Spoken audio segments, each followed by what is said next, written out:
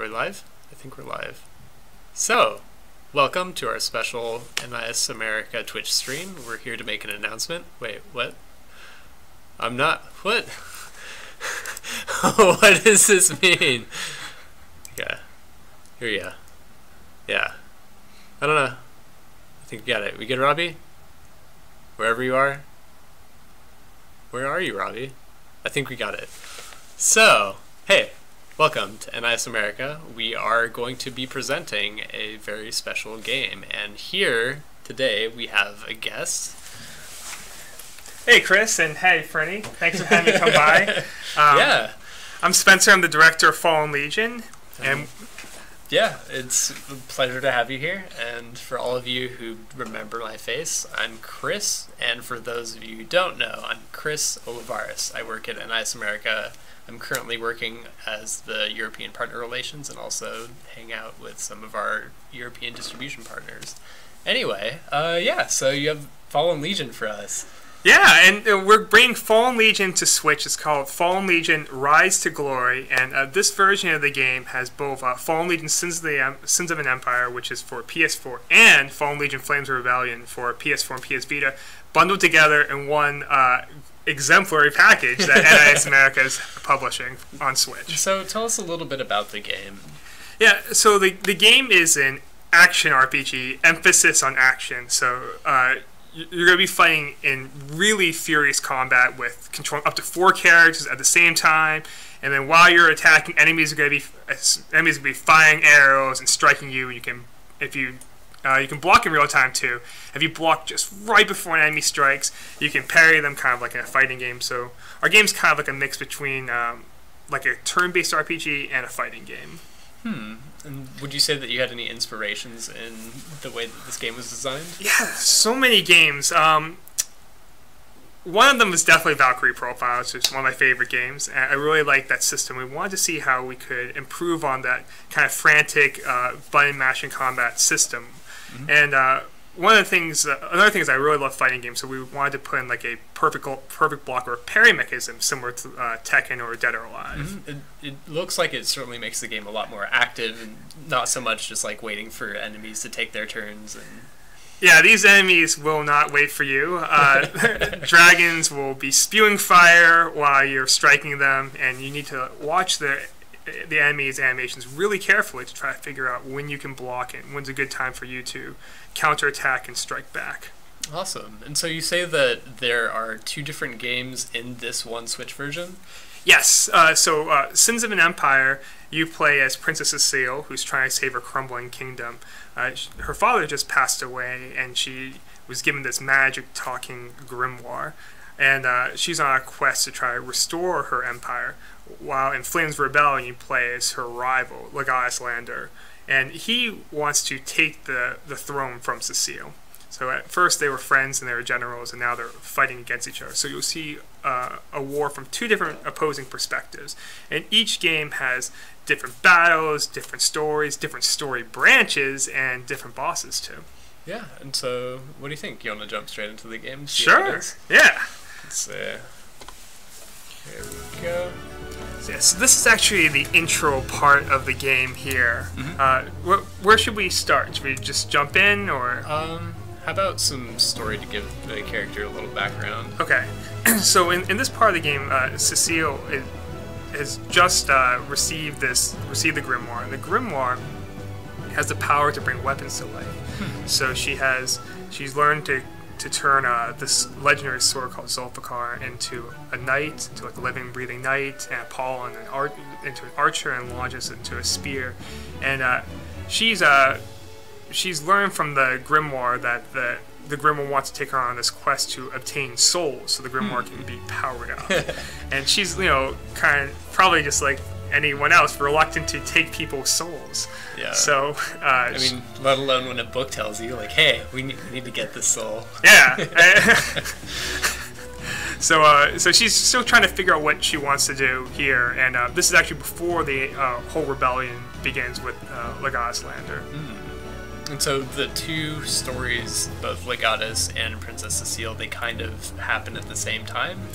Yeah, they happen at the same time, and you'll actually be seeing events that will cross over into each other when you play each game. Oh man, so that sounds pretty convenient. So in the Switch version, you kind of get to see both stories and you can play to understand exactly what goes on. Yep, that's right. Alright, that's pretty good. And so on this menu here, this is the world map, and there are a bunch of different map points. Are there different things that the icons signify? Yeah, so some of these levels here we cleared, and those are your grades? Yeah, that you get when you clear a stage. The emblems there are story scenes or like story events. So what's like the absolute lowest grade that you can get in this game? Does it go below F? Well, it does. Okay, F is programmed in, but we realized it was too mean. Too disheartening. So while there are graphics for F, no one will ever see it. It's very thoughtful. So everyone's a winner here with Fallen Legion. So the lowest is D and the highest is S.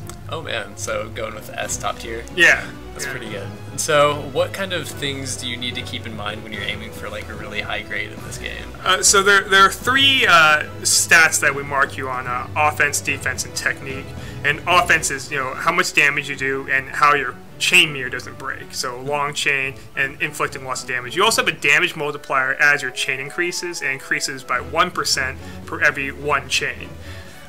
For defense, it's don't take damage. So it's actually calculated by the amount of life of your characters multiplied by how long the level is. So there's kind of like a ratio. So if you pick characters with longer life, you're still going. It's still a percentage of that character's life.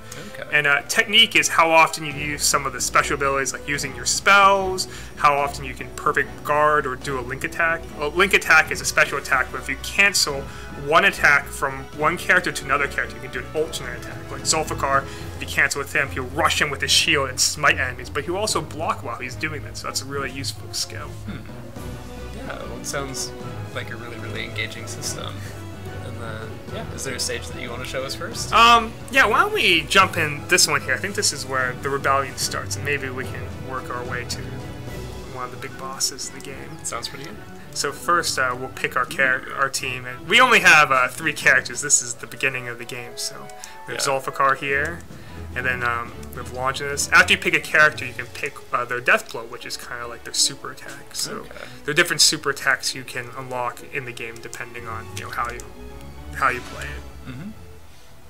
Yeah, and then as far as the party customization, you get the different weapons as the book collects souls for you, and yeah, that's apparently the way to bring things back to life is taking souls from one living object and fix them to another.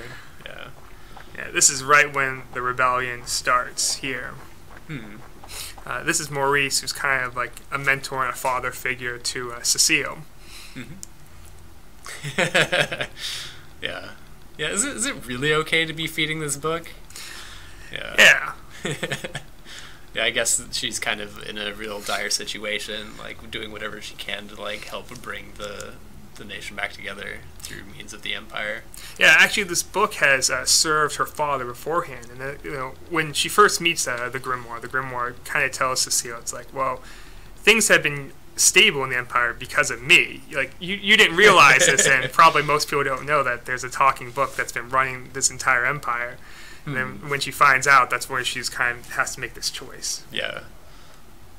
And Cecile is actually voiced by Xanthi Wynn. She's a voice actress on some of NIS's games. Yeah. And of course Persona 5. And she not only voiced this character, but she was the voice acting director of Fallen Legion, and she pretty much put together all the voice actors and taught me a lot about how to do voice acting, because I had no idea how to do that when we were starting from scratch. Yeah, so you have a lot of different voices for this title? Yeah, Daryl Delphin is the legate, and then all the exemplars are voiced.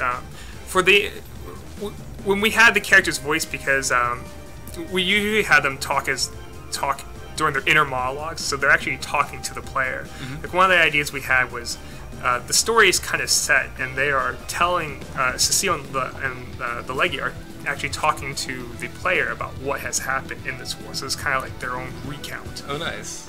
So it's a good way of like engaging the player and like helping get them engaged. Yeah. So you're actually like part of the story.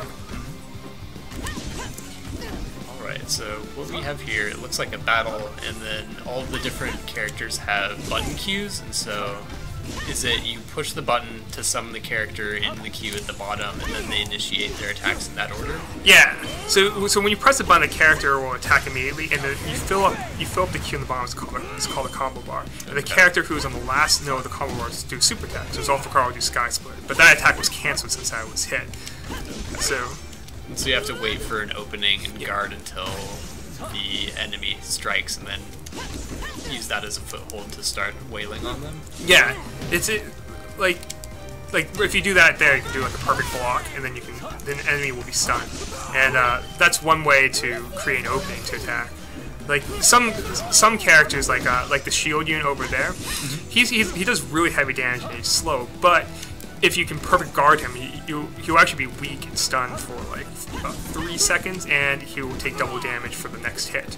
Oh wow! So it's really advantageous to watch enemy attacks, and it's actually pretty hard to do this while streaming at the same time. Yeah. I definitely see how being a Twitch streamer is really challenging. Yeah, no, playing in gaming and streaming all at the same time is kind of a lot. Yeah. But yeah.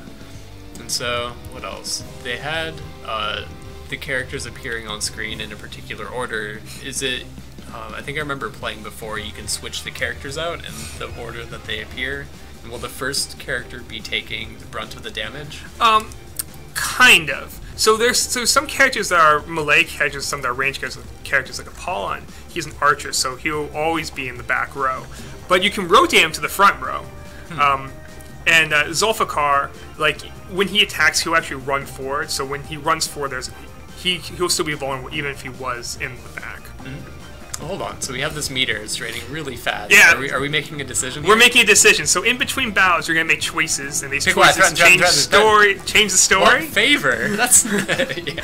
So these choices change the story, and they also give your characters powers for the level. So you need to think really fast because you only have 10 seconds to decide. Figure out what passives you want or what benefits. So like items and like items, stat boosts. The stat boosts only last for the level, but those stat boosts might be what you need. Like you might really want a strength boost, like to go through a level, but then you might need to execute somebody. Yeah. So and those choices permanently change the story, like what events you'll see. And so so each battle encounter may have a different branching path, or will it always happen, like for every battle? Every battle has multiple story choices, so they kind of add up on each other. And then over the length of the game, you have a bunch of decisions that you've made that may or may not open up greater branches. Anyway, I didn't digest that question while I was blocking. In the heat of battle. Yeah, I was like, wait, I gotta like watch the shield guy. And so each of the individual battles contribute to a different branching path as you make decisions through the game. Yeah, that's correct. Yeah, so there'll be each like battle stage has multiple questions, and those questions lead to different branches that you'll see. Like right now, we already have another question here. So there's a protest taking place at Prince Michael, who's one of the wealthy elite members of the society. Yeah. So you can choose to break up. I'm kind of just cutting to the chase. Of the 3 options, what should we do? Kind of like a free attack to the combo bar. Oh, so you're picking the buff over.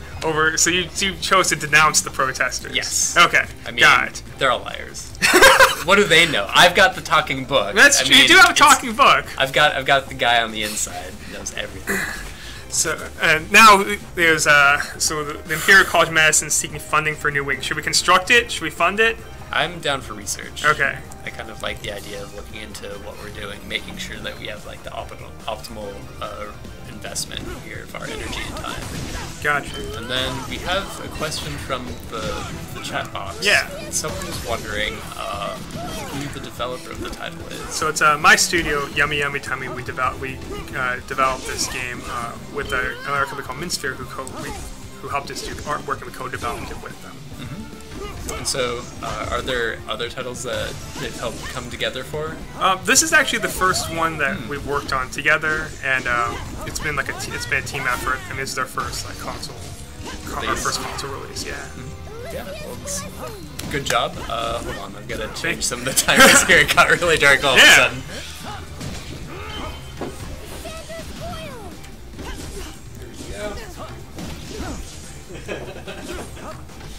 Lots of weird things happening on the battlefield here. Yeah, I know, it's changing rapidly. So is that to say that you are an American developer? Yeah, I'm an American developer, and Minsphere is in Indonesia. They helped us do it, so it's actually a co-production between the East and the West. We kind of map those two different developer styles together. Wow, are there any challenges that has posed over the development of this game? I don't. Well, I think one thing is the developers, like when we work together, like we're all really passionate about it, and I think that kind of passion allows you to jump through hurdles that you might not be able to do if you're, if you not as engaged. Yeah, I mean, I came on this as like a director and designer and so forth, but then I also had to learn VFX to do that too. So we all learn lots of different skills, and now we have like a Swiss Army knife of talents that we can use to to finish titles. Yeah, well, it's really wonderful. And then let's see, NIS America. Will this have couch co-op? This is a single player RPG, and we actually did experiment with the idea of having this be a co-op game, but there are two things that didn't really work out. Like one is the game's like really intense when you're playing single player. When we have the characters, so one person plays as two and the other person plays as two, it actually becomes more of a turn-based game. So it changes like the velocity a lot. But then if we have 8 characters on screen and everybody has 4, it's really chaotic. Yeah, just really memory intensive, and then everyone fighting for putting their people into the combo bar at the bottom. I mean, we did talk about that like early on, and as one of the ideas that we had. That must have been really fun to experiment with, at the very least, just seeing how far you could take it. Yeah, I think at that point the enemies are at a huge disadvantage. Yeah, to some degree, but I mean, that's always fun sometimes. Yeah. Just like wail on the bosses that are completely stopping you. And one of the things that we're really happy to work with NIS America about is that you guys are making this amazing limited edition. That's us. Yeah, I know. Like that's one of the things. Like I have before starting working on Fallen Legion, I was the creator of Silicon Era, and I collected a lot of those NIS limited editions. Yeah. And you guys make such great art books, and I'm really happy that Fallen Legions have one of those limited editions. Yeah. And so, is there anything you want to tell us about the limited edition we have going on now? What's your favorite item in it? Okay, so limited edition includes a hardcover art book, a soundtrack CD, and this like really beautiful box art of that is Princess Cecile and Legatus Landor, and there's the Medallion of Honor, which is a coin that has one side with Princess Cecile on the other side with the legate. And I really like that idea because it's like this is a war, and it's basically two sides of the same coin. So and you guys came up with that when you said it to me. I was like, this is brilliant. Yeah. So I want to canonize this now. Which side will be heads when you flip it? Because people can say, hey, heads or tails. Is it Cecile or Legatus? Oh man. No matter what I say, it's gonna be the wrong answer. Is it? But you're the director. This is your game. You get to choose. Who's heads? Who's tails? Well, how about this? What does heads mean for you? Are you a heads guy or a tails guy? I always say heads because it's heavier. So who's more likely to win this war? How about that? That's such a spoiler. I guess Cecile's gonna be heads then. Okay, we got it. So you heard it here first. The heads of the coin will be Cecile, and then yeah. And was there a particular limited edition that really like sparked your interest in the NIS America limited editions? My favorite one is the Rodeo one. I mean, how often did we get to have a game that's only released as a limited edition? So that's definitely up there. Yeah, that's really awesome. And So I know that the soundtrack, like just going through the music that we have for the trailer, is really awesome. What was your inspiration for like the direction of the soundtrack for this title? I can't take any credit for that because I am not musically talented at all. That was all Fondry, who's also the other game designer with me. He is the music director, and he had this idea to make this rock orchestra. I mean, it was just perfect. Like, he wrote the first track, which is the boss battle track himself, and composed it. And that was the first track that we had for the game. And then once he had it in, because we knew the game was going to be really intense, it just suited it so well. And then we ended up working with a couple other composers to help finish up the soundtrack with us. And I think they all did an amazing job. My favorite track is probably the Runes level, Golden Remains. That's why I was using a lot of the trailers. Yeah, it definitely is a really good one. And so, are there any favorite songs that you think we'll be able to listen to, given our current position in the game? We'll probably get to the boss song. I mean, that's what I think we can get to, of Blood and Roses.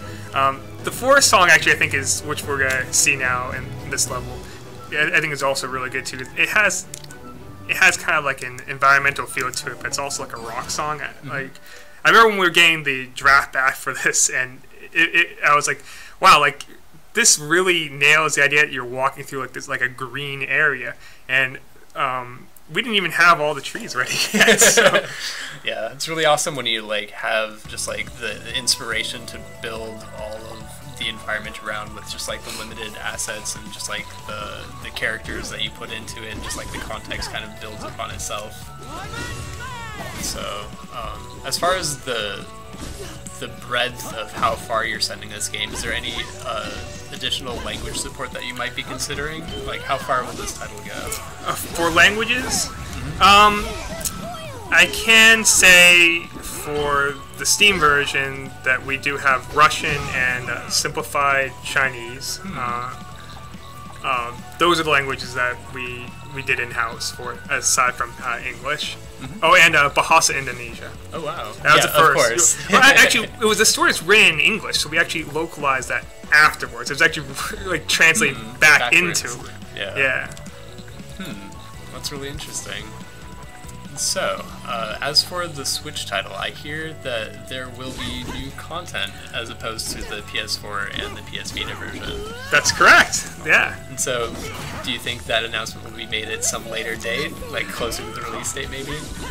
Well, I mean, of course I wanted to talk about it. I mean, but I can say we are coding it, and, I've been programming whatever the new stuff is, whatever it may be. Yeah, whatever those things. Those things could possibly be, are being programmed. It's super confidential, but there are some exciting things in the future for this title. I guess we can say there will be new content in both routes too. It's not just one route or the other. So you get to experience both. Yeah, there'll be new content for both stories. Awesome. And then, let's see. As for the entire gameplay experience, how long would you say that this game is? It's for each story. It's about 12 hours to run through, from beginning to end. So maybe I guess like 20 something hours. And then as far as the replayability, there's picking the different paths through each of the scenarios, and then you have the different grades, and so working to get an S rank in all of the stages. Is there anything else that helps flesh the game out to be even longer than 24 hours?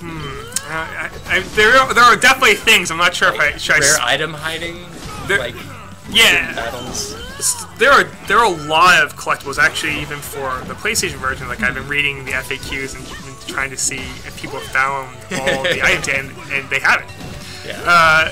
So when you play the game, at the end of every stage, there's one of 3 items that you can get. At least 3 possible items, and the item you get actually changes depending on how you play the game. Yeah, the choices and so forth too. So that adds replayability to the levels. There is, I guess I can say it because since the PlayStation version out, but the characters actually evolve too. So each character has 2 forms. So that and depending on how you play the game, you'll unlock one of 2 upgrades. And then is it possible to go through the game without your character evolving, or was there a mandatory point at which they will grow in strength? It is possible. And so there's a potential for a low-level run where you just have like unevolved exemplars. Yeah, and there's a New Game Plus mode too. So in New Game Plus, you keep all of the characters you have, even the evolved ones. And so is that character levels, equipment, and skills that you learn for each of the characters, or do you start with a clean slate but just all of the evolved characters and the items? Yeah, you start from a clean slate when it comes to decisions, but you retain all the items that you earned, and all the characters you discovered. Mm-hmm. And then, I guess I'm curious, in the course of the game, are there exemplars that you might miss if you make the wrong decision? Maybe. It sounds like there might be. Probably. I mean, I think that, yeah. It's part of the fun of exploring the game and having a good time. Yeah, that's good.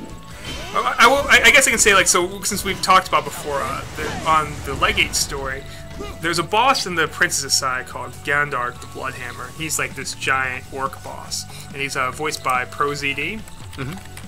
And you will fight him and kill him in the Princess's story, but you can actually get him into an ally in the Legate story depending on what you do.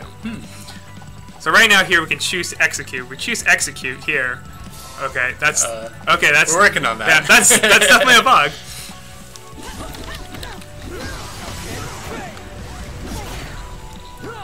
So I chose execute that person. There will probably be a consequence of me coming up soon.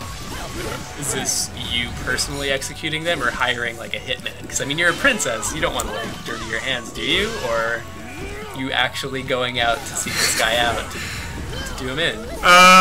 For this particular one, no, but there might be other times where you might. And so, if we were to go out as the princess and kill this guy because we need to for the kingdom, would we be able to absorb his soul in the book and just like have just like this peasant soul? The book's actually finicky about the souls he eats. Mm-hmm.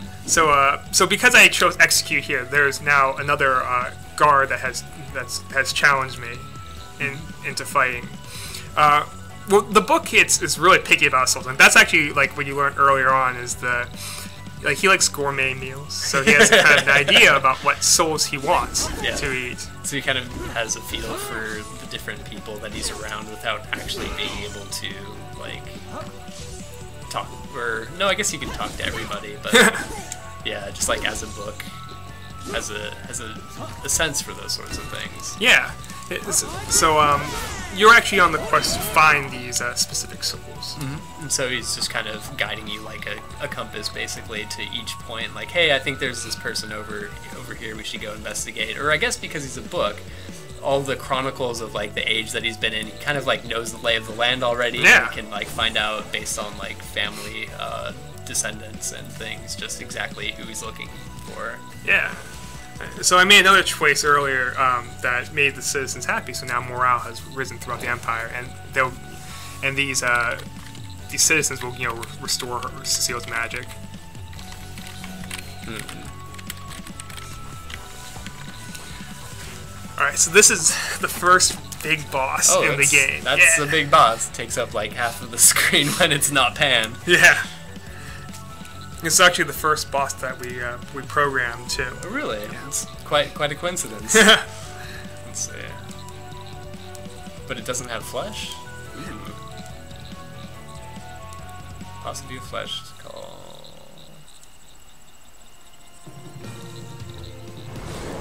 That's not very friendly. So has this dragon been living here for generations? Or has it moved in? What's the story behind this encounter? So what happens is the bond between where monsters are from, is starting to break, and more monsters are seeping in. So this dragon has seeped in here. So what the dragon does is it like actually breathes fire on you, but if you time your block right before the fireball strikes, you can reflect the fireball back at the dragon, and then get the wail on him. Yeah. Then the dragon's like weak for a couple seconds.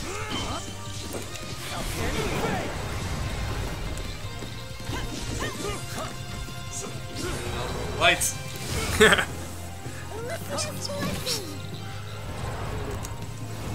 Yeah, I'm really impressed with how well you're perfect guarding, just because considering the latency of the stream that we have going, like being able to time that, you must have spent hundreds of hours in this game easily. Yeah, I play this game every day for the past 3 years. That's really awesome. Yeah, I mean, like a lot of times even it's just making small mechanical changes or something like that. But yeah, I played it every day, so. So what's your top time on getting through Cecile's story?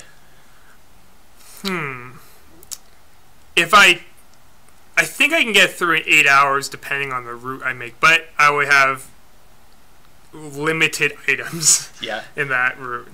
Yeah. That's pretty good. So you speedrunners out there, you've got kind of a benchmark. It's the top dev time. So let's see here. We've got another question from the audience. Let's see. So,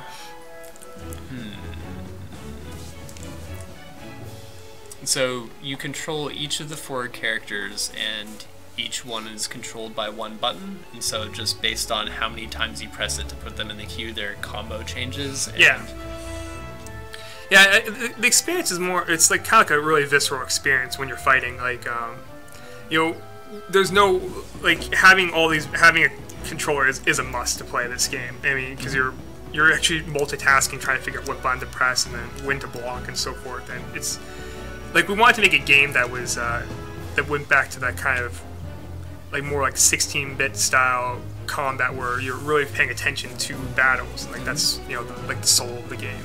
Yeah, like I noticed, like playing myself, that it can get really heated unless you're healing your characters. People start dying off, and then you're like left with like 1 or 2 exemplars. How about you give one of these levels a try? I probably made the dragon too easy because I was like in comparison. Let's see. Maybe I don't mean to put you on the spot, Chris. Oh no, it's totally good. I'm always down for a challenge. Like, I know that this game does have a strong, challenging element, and it takes a while to get used to the systems and how to balance your party and make sure that you can read the enemy attacks properly so you can engage in combat and take advantage of all the opportunities you have to deal extra damage. Yeah, I mean, one of the highlights is we got to bring the game to Evo earlier this year, and we had to have a lot of pro fighting game players play, and that was awesome when they really saw what we're doing. Like someone noticed that enemies can whiff when you're attacking, and you can actually bait them out to make them whiff. And I was really happy that someone picked up on that, and I was like, as a designer, I was like, that is great that you noticed that. Like that means we've done something that that the fighting game community understands, and made it intuitive so that people could understand it just from playing the game and reading the animations, which is one of the key components. Yeah, and our combat designer Al Yang, he worked on PlayStation All Stars Battle Royale, and also another small game I've heard called Final Fantasy 15. Just a small title. Yeah, so he gave us a lot of combat advice, and when we're working on the game from the very beginning. Yeah, it sounds like you had a really, really wonderful team, and the way that everyone contributed so well to this amazing title. Yeah.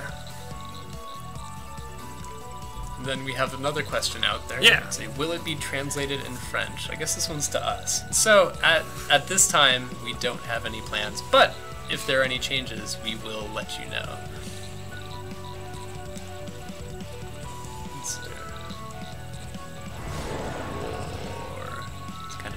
A menacing sound. Let's see. Yeah, so this is actually, in this level here, you actually started your path where you're trying to escape the Legatus. Oh boy, he's hot on your tail. Yeah, he's hot on your tail. So at first you're actually both in the same circle in the beginning of the game, and Legatus is actually chasing you now. Oh man, what did we do? We took off with his favorite book? Well, let's see, in the Legatus' store, he discovers the book is wants to feed on these souls, and he's using that as a way to rally people to fight against Cecile. So he has declared her an enemy of the state, and he wants to capture her. That way he can take over the kingdom. Yeah, with the power of the people. Yeah. That's kind of a conflict of interest. Like, both of them are fighting for the same cause, but just like 2 different angles and how it gets done. Yeah. So I mean, these exemplars are really powerful soldiers and allies to have. Where's my guard button? There we go. So it's almost.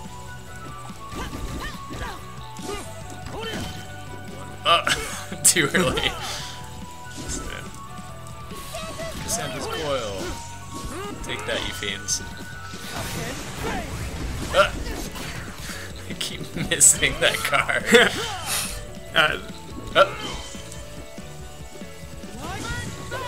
Nice. Wyvern Fang actually has an area of effect, so when you throw it, it'll hit enemies that are kind of close by each other. So when they're clustered like that, you can hit both enemies at the same time. Yeah, and Falcon Fang hits the rear row enemy and knocks them off guard. That's a good way to like snipe out spellcasters. Yeah, I'm trying to remember which character I assigned to which button to help out a little bit more. Get out of my face!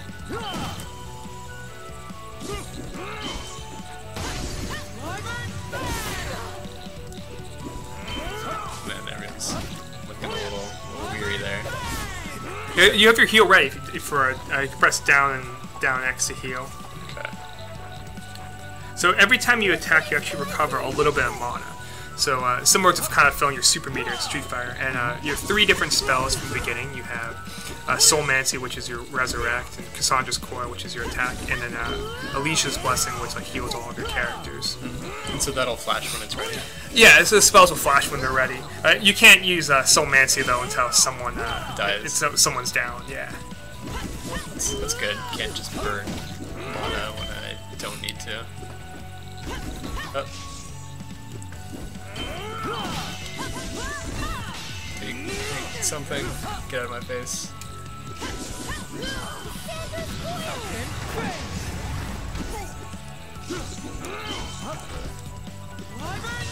There we go. That's pretty good. So to answer one of those questions, yeah, so we launched Fallen Legion for PlayStation 4 and PlayStation Vita this past summer, and we're really, really thankful for all Sony support to provide us a PlayStation experience and to help us promote the game. And we're bringing it to Switch now, and the Switch version has both games together, plus some additional content that we're developing in-house. Mm-hmm. So do you think we should switch campaigns after this, show everyone a little taste of Legatus' story? Sure, yeah. So, Legatus, does he come from like a peasant bloodline? He comes from a group called the Bornish people, and like the Born were another country that was taken and absorbed by the Empire maybe like centuries ago, but they retained their cultural traditions and heritage. And I wouldn't say he's a peasant, but he did fight and grew and developed and became stronger and stronger to become a very well respected general, and someone who the Princess Cecile trusts greatly. Oh wow! So it's kind of unfortunate that they have to cross paths in the way that they do. Just have that divergence of interest in how they're restoring the nation. Yeah.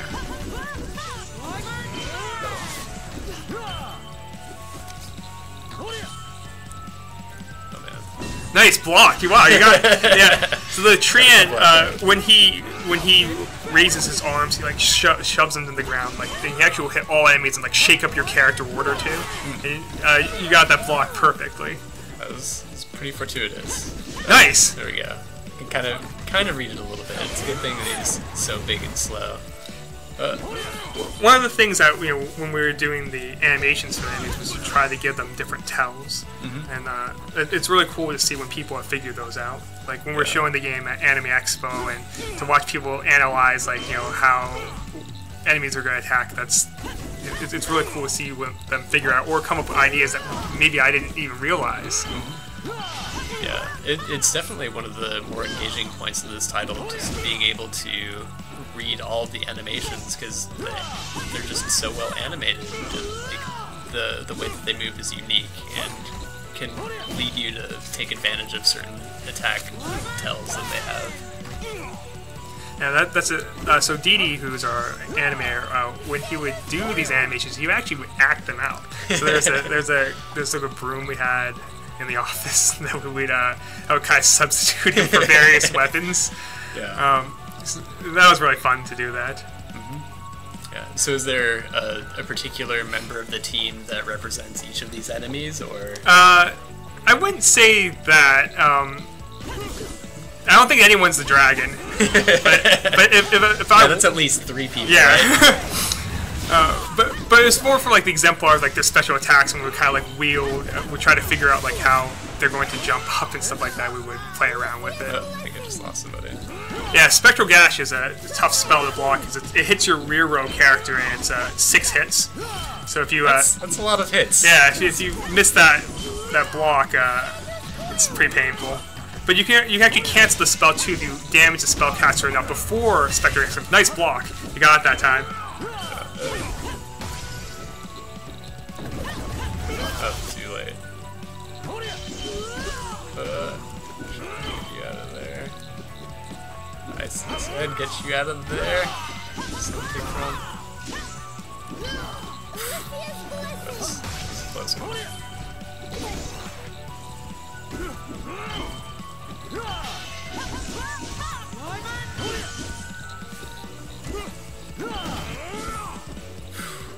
Nice, you got it. That's pretty good, man. That was rough.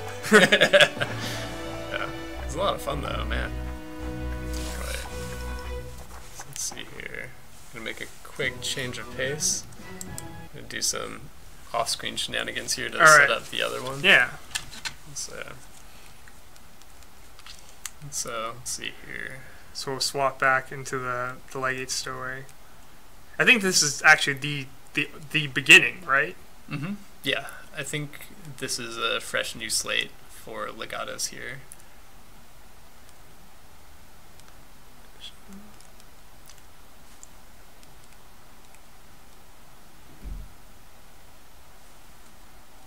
Let's see.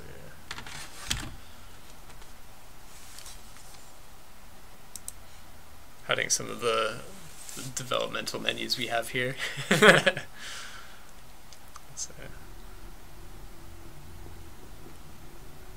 Here we go. I serve for Numia, although it has never truly been my country. I have never forgotten that once my people charted their own course, instead of laboring under the yoke of a conquering empire. But I'm one of you. Hey Spencer. Yeah. There's an internal request here. Okay. I think you've seen it. It's Yeah. kind of like. Here, why don't I let you play?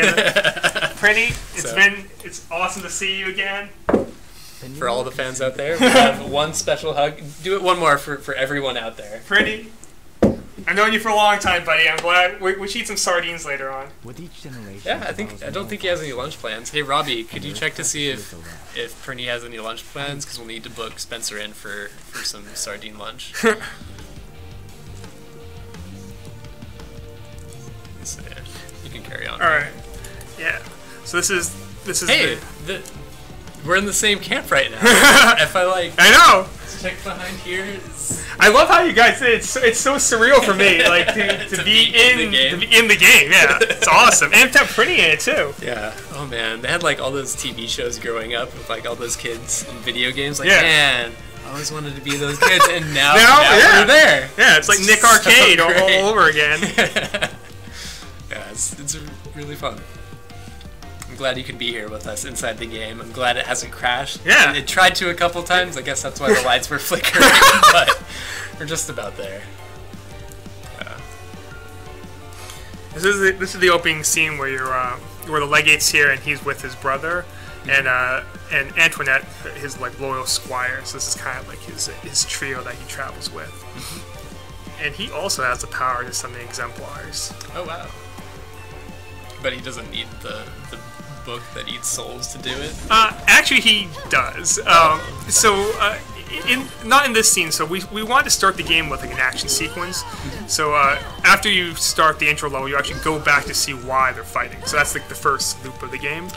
And the Legatus, he tries to destroy the Grimoire. He tries to break it apart. But, he couldn't do it because this book is like super magical, powerful book. But he manages to take some pages of the Grimoire, and those pages, and after overseeing Cecile create exemplars, he learns how to create some too. But he starts with a little bit of a different group than Cecile does. Yeah, just based on the pages that he tore out. Yeah. Yeah. It's definitely a different way about it. So it looks like you have a couple, or one archer against you, and then the swordsman. So you have to balance between reading the ranged attack, just because you have the heat from the swordsman, you can't get too distracted or else you get hit a couple times. Yeah. So is there a really strong theme of being able to manage the ranged attacks and the melee attacks really well? Yeah, that is definitely one of the things we designed. And this, for the tutorial level, we probably went through this maybe like 60 times or something like that, remaking it. But that's actually one of the things we want to do. Is we have this combination of the archer and the melee character, just because you're going to see that a lot, a mix between ranged characters and the melee characters work together. But one cool thing is if you can reflect an archer's projectile, you actually send the arrow flying back at the enemies. Does it go through the entire team because it's piercing? It depends what kind. There's some arrows that will hit everybody, and there's some arrows that will just hit the first character. But that when it hits them, it'll actually stagger them, so you can cancel an oncoming running enemy's attack. Oh, wow. And then conversely, the same thing can happen to you, right? Yes. Where if the archer lets go and you don't block it, it's going to cancel your attack. Yeah. Oh, it looks like a tutorial. Yeah, this is a tutorial to teach people how to use how to revive characters. How revive characters, really how to attack, how to heal. You know, how to use like basic magic spells. So the first time that I played this game, like I gave it a few runs, I started a little bit further in, and my party started dying. I'm like, well, this really bites. I need to heal my people, and I couldn't figure out quite how to do it. But it's nice to know that both of the leaders have the ability to revive their characters and to heal when the meter is full, and also they each get a damage spell. Is there a difference between like the way that the damage spell affects enemies? They're actually totally different spells. So Cassandra's Coil is a 3-hit spell that's a projectile that hits the first front row character. David's Spear, which the Legate uses, actually picks a random character. It does less damage than Cassandra's Coil. But if an enemy is stunned or in the state we call it defenseless, they'll take double damage. So it's more of like a tactical spell. And even the way they heal is different too. Alicia's Blessing heals for more HP, but takes longer to recover. While Bodhi's Blessing, which the Legate uses, it recovers a lot faster, but the heal is a lot less, and you get like regen for about 5 seconds. So it's a slow burn heal. So you need to use that more often compared to Alicia's Blessing, where you can just kind of have like a bulk heal at once. And so if you were to classify each of the two leaders, is there a certain play style that corresponds with either? I think the Legate is actually a little bit tougher. I mean, you need to be more cognizant about his mana, and then you actually can earn different spells throughout the game too. So there's one spell that the Legate has. It's probably my favorite spell. It's called White Staccato, and when you use it, all your characters will be invulnerable for 1.5 seconds. Now, it sounds like it's ridiculous because it's so short, but it's basically kind of like a dodge roll. So if you use it at the right time, you can completely evade a spell or a heavy attack. But it's a real technical skill to use. But yeah, and also to know exactly when the best moment to use it is, because it'll come down on cooldown, and then you won't be able to use it for another like 10 seconds or so. Yeah, it's also depending on how much damage you do. So if your chain meter is higher, you'll do more damage, you'll recover more mana. So it actually accelerates the entire velocity of the game if you use it right. But it's probably the toughest spell in the game to use properly. Yeah. Well, that sounds like a challenge that I think a lot of our fans out there can put to the test. Yeah. So I really like the dynamic environments and just like the way that the characters just run through, and you have like those really nice pans, and you get to see the different details in the background. The setting change as you advance into the enemy front. Yeah, like Tony, who did the background art, I think he did like an amazing job. The backgrounds are actually all, even though they're 2D maps, they're actually 3D rendered. They're rendered on planes, so there are different layers on each plane that has like different rows of trees or art or different artwork. Oh yeah, and then one of the things I noticed that we haven't talked about yet is it looks like there is a guard meter for each of the enemies, or like a stagger bar. Oh yeah, that's right. So so every enemy has what's called a breakpoint, and when you hit them, when you hit them, you'll reduce breakpoint as well as HP.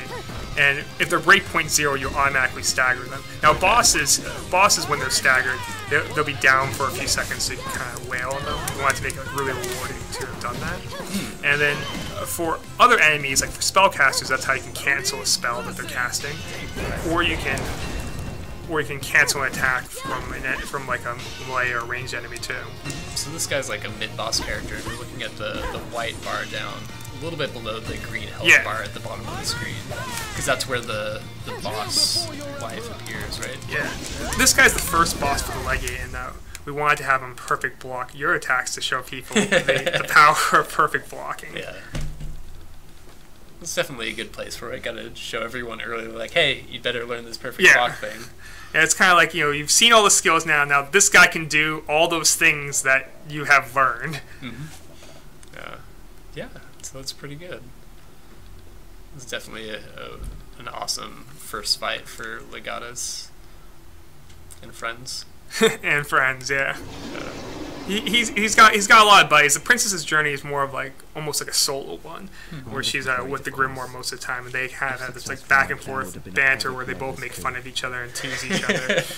While the Legate is trying to figure out how to get people rallied to his side, so he actually interacts with more human characters. And like the world around him and just all the different communities that he has to pass through to help rally support for his cause. Yeah, like while the Princess is trying to make like a straight dash to get back to the capital as quickly as possible, the Legatus realizes that he doesn't have enough support, so he actually goes through all these border towns. So he's actually going to areas that the Princess doesn't see, and to try to rally support for his claim to the throne. Yeah, so it sounds like the way that the map unfolds for each different side really changes depending on which story you're playing. Yeah. And so, do you have a favorite story? I love both the stories. I mean, like I did work on both of them and making the choices and even doing some of the writing for them. But our lead writer was Ben Bateman, who worked on this game called Virtue's Last Reward and 999. So the story's gonna be dark. Yeah. I mean, I love both of the characters. I think we tried to make two very different characters, so I think some people will like one more than the other. That's a pretty good rank. So I think we might have time for one quick stage before it's time to go. This stage is actually the intro, like kind of like where the characters talk. Should we show this one? Or? Yeah, we can go through it. All right. Here, I'll let you go through the text because I read pretty fast. Yeah. So this is actually this is the first scene in the game when the princess finds out that her father has passed away. And you'll see this scene from two different sides, from both characters' perspectives. Bodiha, one of David's great. She was less clear on whether or not the fortune...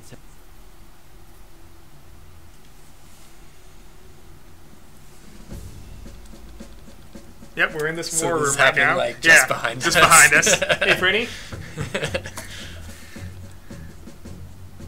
So, if Prinny was an exemplar, what kind of abilities do you think it would have? Actually, I have thought about this in quite great detail.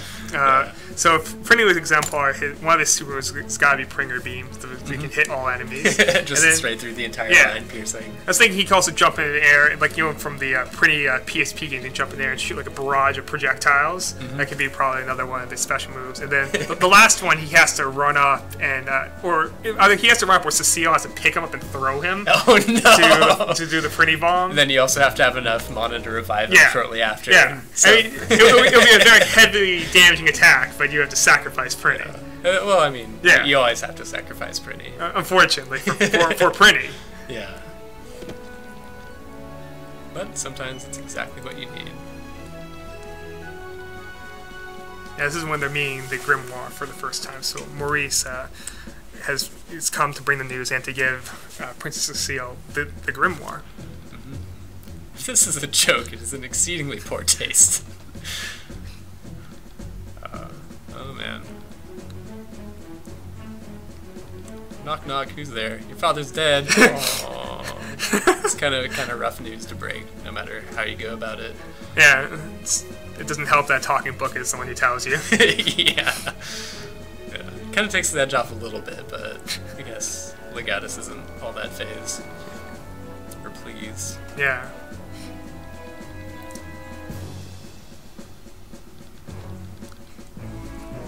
Friendship of a talking book? Well, I would like to have a talking book as my friend. I don't see why she's so close-minded so far.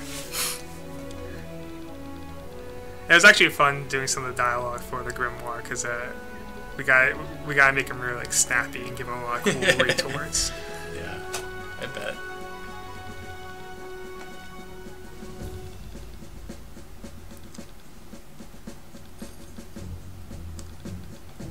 It's kind of hard to believe, though, about coming like, hey, I promise you power. Like, oh, I'm getting into some dark stuff right now. I don't know about this.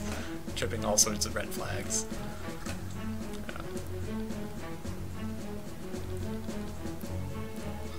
So all the artwork in the game was digitally painted. Leon, who's our lead artist, he spent a lot of time, drawing on all the characters with like a Wacom tablet, which gives Fallen Legions, I think, like a really cool look. Yeah, it definitely has a unique aesthetic to it. Let's see. Are there any last words that you have? Because I don't think we can make it through the next mission. Well, I'm really, really happy to be working with NS America on this. Like, I played and have so many of your games, and it's just a real honor to be here on the stream. And like, I'm so happy that for everyone who has played Fallen Legions, giving us their support, and I just can't wait for more people playing on Switch. Like, it's been really amazing, like, for our first title to have done so much with it. Yeah, well, it's definitely a pleasure to have you working on this game with us. Like, I think it's amazing being able to work with a domestic licensor to be able to help, like, coordinate, like, so closely. Like, this is an opportunity that we don't get with a lot of people, to have them on stream. Yeah, I can just drive down. Like, it's kind of nice, right? Yeah, it's so good. And then, so we have that limited edition coming out. Yes. And it's going to be amazing. So the coin, where's the seal, is heads, don't forget. And then you have the soundtrack with the really awesome music, lots of amazing battle tracks. And then the art book, oh man. I think that's the game crashing. I guess it's time for us to go. Oh no, it's a little dangerous. I think we could get in a few hits and then close out the stream. You wanna... Let's double team this. And so I'm going to take... What do you do? I'll turn on the lights. Oh man. Yeah. So bright flash of light. So I'm going to take X and A, and then you get Y and B. All right. Let's see how well this works. So, maybe we can fight for that meter. Oh man, you also have the block button. Yeah.